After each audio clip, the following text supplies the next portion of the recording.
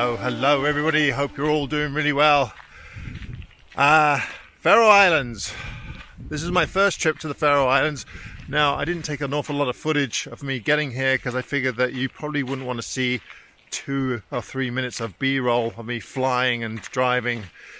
So we're here today. This is our first day, and I say we. I'm here with His Lordship Gavin Hardcastle, and Gavin has a couple of clients for a workshop, so we're all driving around in one car, and the weather is absolutely beautiful again. Just like Scotland, too nice.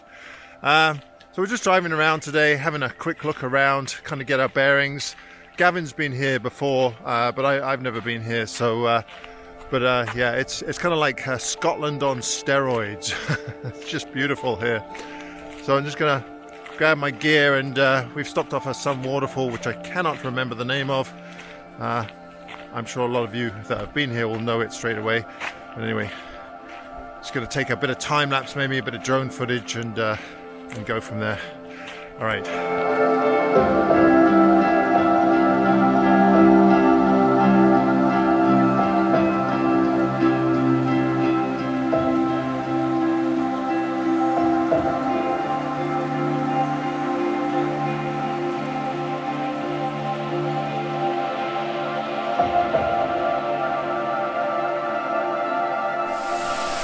Alright, so we're still on a bit of a scouting mission here, but we've come across this area where there's a waterfall, and in the background we have this beautiful kind of verdant green hillside or mountain with dappled light on it. I guess every now and then the light will come through the clouds and project light moving across the hillside. It's really quite lovely.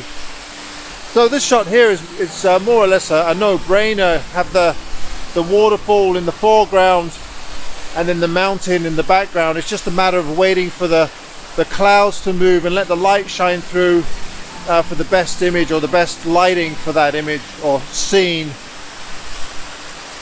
Right now it's quite overcast, but it does seem to be breaking up every now and then, so you get these beams of light coming in and hitting the landscape in the background.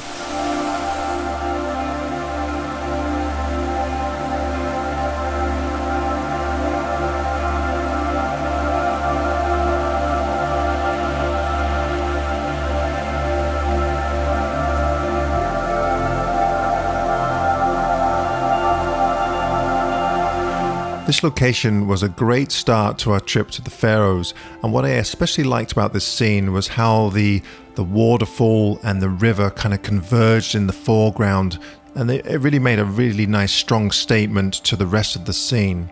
Now, as far as shutter speed goes, I tried to keep it around a 1/5 or a 1/4 of a second because I wanted some blurriness in there, but I also wanted to maintain some of that texture. Now, while I was in this spot, you may have noticed I took some drone footage at the very beginning of this video, and I really loved the angle of the waterfall in relationship to the river, because you could see more of the river leading towards that mountain in the background. Now, the only problem is that I couldn't really get across the creek to get closer to the waterfall without getting my feet soaking wet, and I really didn't want to try and dry out my boots later on, so I decided to try and take some photographs with my drone.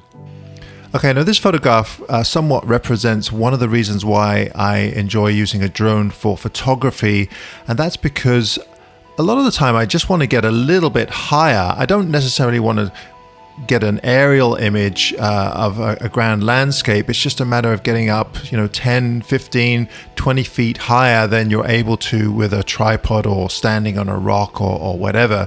And the reason why I wanted to get up higher is I wanted to include more of the river and the valley, so you could kind of lead you all the way to the back there. And I think this image does a pretty good job of that. Now, I tried to get as close to the waterfall with the drone as I could without crashing it. The only problem with using a drone for this image is that I wasn't able to get the shutter speed slow enough to render the water the way that I wanted it to. The valley and the mountains and the sky are all fine. It's just that water just doesn't quite do it for me. Now, unfortunately, at this time, I didn't have a polarizer for the drone or ND filters, and I had it the lowest settings that I could get it. So I had the ISO was at 100, which is the lowest you can go with this drone. I had it stopped down to F11, which is the highest number that I can get with the drone. So the slowest I was able to get the shutter speed is 1/60th of a second. So what I decided to do was take a number of images of the same scene and then combine them to create the illusion that the water is taken at a slower shutter speed. So how do you do that? Well, there's a number of ways you can do it, and I'll show you how to do that right now. Now, the problem with using a drone and doing this technique is that the images need to line up exactly for it to work. And of course, with a drone, especially if it's windy, they do tend to move around a little bit. So you might have to play around with your sequence to get them to line up. Now, I have 5 images here, and they're all pretty much exactly the same composition. The only difference is that the water has changed in each one of them. So for this image, I've already done a little bit of color corrections, sharpening and all that. And what I'm going to do is I'm just going to select all of them, all of these images, and I'm going to open them up in Photoshop. So right click on the images, edit in Photoshop, but rather than just go and edit in Photoshop, I'm going to open them as layers. So open as layers in Photoshop. Okay, so we've opened up the images as layers in Photoshop. The first thing I'm going to do is just select all of those layers, and I'm just going to go over to Edit and Auto Align. I just want to make sure that all of those layers are lined up as best as possible. So just leave it on Auto and just click OK. Okay, so I've lined up the images the best that I can, and you'll notice there's a bit of a fringe around the edge. We can get rid of that later on. So the first method is very simple to do, and if you have 3, 4, 5 images, and this is a quick and dirty method of getting that slow shutter speed look in your flowing water. Okay, so we have all our layers lined up. The first thing we're going to do, okay, we're going to leave the first layer. Second layer, we're going to go up to opacity, bring it down to roughly 50%. That doesn't have to be exact. Next layer, we go up to there. We're going to go down to 25%. Next layer, we're going to go to 12 or 13 roughly. And then the very last one, we'll go to say 6. And you can play around and adjust these as you go along. Now, if you look over at the water here, you'll notice that all of a sudden it looks like we've used a slow shutter speed. Now, there is a little bit of texture in there, and I actually don't mind that, but you'll notice that it's really kind of smoothed it out, and it almost looks like we've used a slow shutter speed. And then if we zoom in onto the sharper portions of the image, 100%, you'll notice that it's still looking pretty good. It lines up reasonably well. Considering this is a drone, they line up really quite good. So that's one method.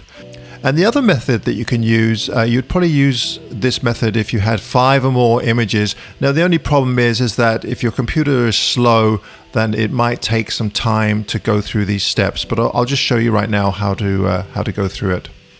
Okay, so we have our 5 layers here, and I'm just going to select all of them again. But this time we're going to right-click, and we're going to convert them to a smart object. Now, this might take some time, so just be patient, especially if your computer is really slow. Okay, so our 5 layers have been converted into a smart object. So now you can just see that there's just one layer here with a little icon here with a page and a little square at the bottom of it there. Okay, what we're going to do now is just go up to Layer, and then go to Smart Objects, and then go down to Stack Mode, and click on Mean. Now, this again might take a little bit of time to go through the stages. As I said, if you have lots of images or lots of layers, then it'll take quite a bit longer to do. And as you can see, once again, it's created this this look that we've used a slow shutter speed without using a polarizer or an ND filter. So here is the before, and here is the after. And if we zoom in to the areas that we want to be kept sharp, you'll see that it hasn't affected those whatsoever. So as I said before, this is a great technique to use if you forgot your ND filters or your polarizer to slow that shutter speed. It's just another way of doing it. So don't panic. Take lots of individual shots of the same scene. Make sure that they're all lined up, and you can create the same effect in Photoshop.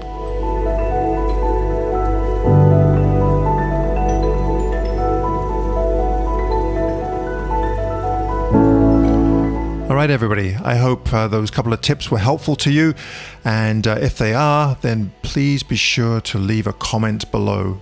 And while I'm on the subject of tips and tricks, if you want to help support this channel, then please head over to my shop on my website, where I will be updating the shop with video tutorials and the odd ebook.